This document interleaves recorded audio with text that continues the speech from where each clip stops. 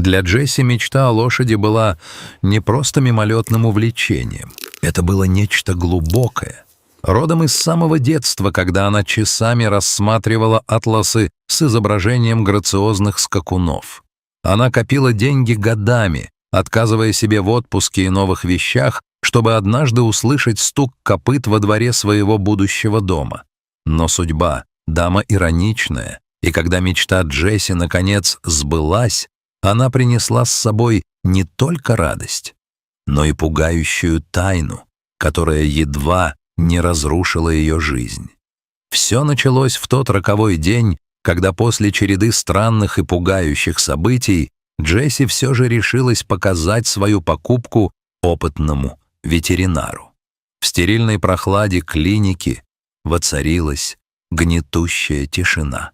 Пожилой доктор, видевший на своем веку тысячи породистых рысаков и рабочих лошадок, долго и молча изучал животное. Его лоб прорезали глубокие морщины, а руки, облаченные в латексные перчатки, слегка подрагивали. Наконец, он обернулся к Джесси. В его глазах читалась не просто озабоченность, а настоящий профессиональный шок. «Дорогая леди», — его голос звучал глухо, — «вы вообще понимаете, кто перед вами? У вас есть хоть малейшее представление о том, что именно вы купили под видом лошади?» Джесси почувствовала, как по спине пробежал холодок. Ее интуиция, которая кричала о неладном с самой первой минуты, наконец получила подтверждение. Но правда оказалась куда масштабнее и невероятнее, чем она могла вообразить. Все началось неделей ранее. Аукцион проходил в живописном, но богом забытом уголке страны. Пыльный воздух, запах сена и гул голосов создавали атмосферу надежды. Здесь продавали животных, спасенных из плохих условий. Джесси сразу заметила ее, кобылу по имени Африка. Она была невысокой, но невероятно крепкой, с мускулистым крупом и странной почти металлической текстурой шерсти. В ее глазах горел дикий, почти первобытный огонь. Продавец, мужчина с бегающими глазами, назвавшийся представителем приюта, вел себя суетливо. «Ей около 4 лет», — тараторил он, избегая прямого взгляда.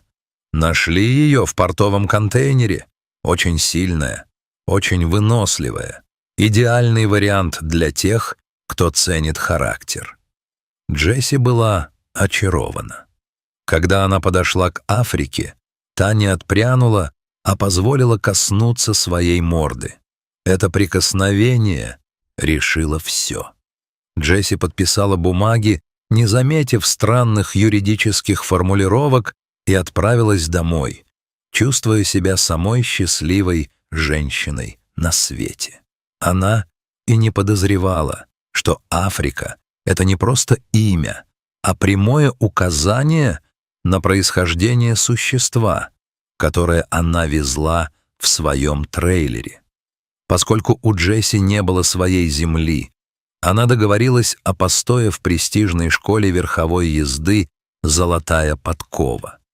Владелец школы, мистер Грант, поначалу был само гостеприимство, но идиллия продлилась всего сутки. На второй день Джесси вызвали на конюшню по тревоге. Зрелище, представшее ее глазам, было пугающим. Тяжелые дубовые ворота Денника, рассчитанные на удары мощных тяжеловозов, были выбиты наружу и буквально превращены в щепки. Огромные стальные петли были вывернуты с корнем. Африка стояла посреди конюшни, тяжело дыша, и другие лошади испуганно жались к задним стенкам своих стойл, чуя в воздухе запах чужака. «Это ненормально!» — кричал мистер Грант, указывая на обломки. «Обычная лошадь скорее сломает себе ноги, чем выбьет такие ворота. Где вы взяли этого монстра?» Джесси пыталась оправдаться. говоря об избытке энергии и стрессе от переезда. Грант, внезапно сменив гнев на милость, предложил выпустить Африку на тренировочный трек. «Пусть побегает», — сказал он с какой-то странной хищной улыбкой. «Я присмотрю за ней, а вы поезжайте домой, отдохните и привезите подходящую экипировку». Когда Джесси вернулась через час, трек был пуст. Мистер Грант выглядел потрясенным или мастерски играл роль. Он рассказал историю о том, как Африка, испугавшись звука проезжающего грузовика, одним прыжком перемахнула через 2-метровый забор и скрылась в лесу. Джесси была в отчаянии. Она немедленно позвонила в службу спасения животных. В офисе службы ее ждал первый странный инцидент. Дежурный офицер, услышав описание Африки, побледнел и тут же вызвал начальство. Ей показали зернистое фото с камер наблюдения в порту, сделанное несколько месяцев назад. На фото была Африка. «Мы ищем это животное в рамках международного расследования», отрезали ей, не вдаваясь в подробности. Не в силах сидеть сложа руки, Джесси отправилась в лес. После многочасовых поисков среди густых зарослей она встретила старого охотника. «Ищете ту странную кобылу?» — спросил он, прищурившись. «Зря время теряете. Ее не волки утащили. Я видел, как 2 парней в форме золотой подковы грузили ее в закрытый фургон на лесной дороге. Она не сопротивлялась, будто они ее чем-то опоили». Пазл начал складываться. Мистер Грант явно знал об Африке больше, чем говорил. Когда полиция все же нашла животное на одном из удаленных складов Гранта и доставила его в клинику, у входа Джесси встретила настоящая армия репортеров. Вспышки камер слепили глаза. Вопросы сыпались со всех сторон. «Вы знали, что лошадь прибыла нелегально? Как вам удалось скрывать ее столько времени?» Самое странное, что каждый раз, когда журналисты произносили слово «лошадь», они делали в воздухе жест кавычек пальцами и обменивались многозначительными взглядами. Джесси чувствовала себя героиней безумного шоу. В какой-то момент толпа стала слишком агрессивной, и только вмешательство волонтера по имени Эмбер спасло ее от преследований. В машине Эмбер открыла Джесси горькую правду. «Мистер Грант не просто владелец конюшни. Он посредник в торговле экзотическими видами. Твоя Африка — это золотой билет для него. Тебе нужно выступить на телевидении, иначе они сделают тебя виноватой в контрабанде». Подготовка к интервью была похожа на военную операцию. Эмбер помогала Джесси составлять ответы, пока сама пыталась пробраться к ветеринару, чтобы получить официальное заключение. Когда Джесси вышла под свет софитов в студии Национального канала, ее сердце колотилось в горле. Она рассказала все: об аукционе, о выбитых дверях, о лжи Гранта и о том, как она просто хотела иметь друга. В этот момент на мониторе за спиной ведущего появилось экстренное сообщение.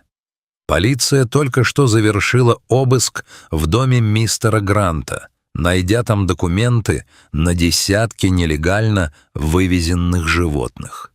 Но главной сенсацией стало заключение ветеринара, которое зачитали в прямом эфире.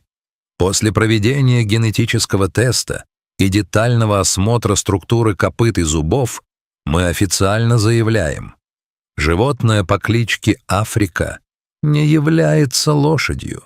Это капская горная зебра, редчайший подвид, находящийся под угрозой исчезновения. Зрители ахнули.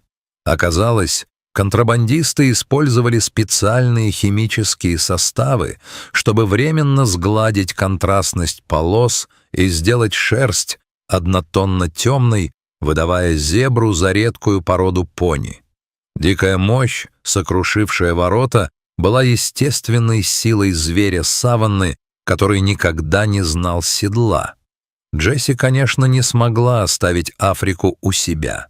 Содержание такого животного в частных руках было бы преступлением. Но благодаря тому, что она вывела историю в публичное поле, Африка не попала в частную коллекцию богатого дельца, а была передана в огромный биосферный заповедник.